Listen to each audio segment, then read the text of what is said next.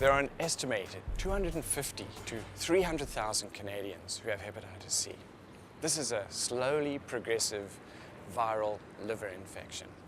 It's really essential for people to understand how this disease is caught, how one can prevent transmitting it to somebody else, and most important of all, this is a disease that can be treated. I really didn't know what Hep C was. I had no idea. And I didn't know what it entailed or involved. When I first found out and got the test back that I was Hep C positive, at first my reactions were really scared. I didn't exactly know about the Hep C, what it did. When I first found out I had Hep C, I was devastated. I didn't know exactly what it was, to be honest with you. But I knew it was some kind of blood disease, and I was really scared. One of my biggest concerns was, I've got family and little nephews and nieces, and so my bottom line was that, what about if I'm transmitting this hepatitis C to the little ones in my family? So I was aghast. I was scared.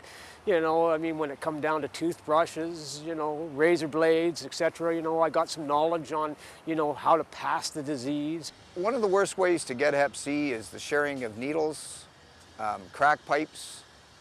They don't realize that if you've got a cut on the inside of your mouth and you share a crack pipe or any kind of pipe, that blood can be transferred from one person to another through your lips and through your mouth. Sharing of needles, it's blood to blood. And that's how you can be infected with Hep C. Everybody was sharing needles. So basically that's how a lot of people in the downtown area got Hep C and HIV. My guess is that it was through intravenous drug use, or it could have been from my first tattoo. I don't know. It's really difficult to get Hep C from having sex. There is a lot of misunderstanding about the diagnosis of hepatitis C. In fact, there are two tests required to make a diagnosis, an antibody test and an RNA test. A lot of people come in here and they've been tested at some point for hepatitis C. They know they're hepatitis C positive. And they come in telling me that their disease is dormant or that they're in remission.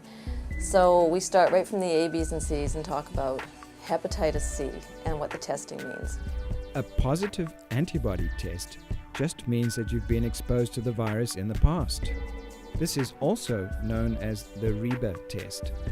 So I explain this to the patients about this first test will just demonstrate that they've actually been exposed to the virus at some point in their life, and then we have to go into further testing and do the hepatitis C RNA testing to find out if there's actually virus present.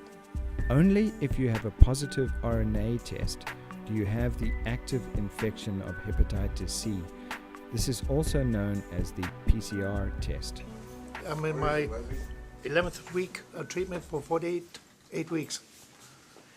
And it's not really as bad as everybody says it is. The midpoint of my treatment now, week 24, I'm doing really good. My only side effect is low energy. I've suffered no depression or anything like that at all, no loss of appetite.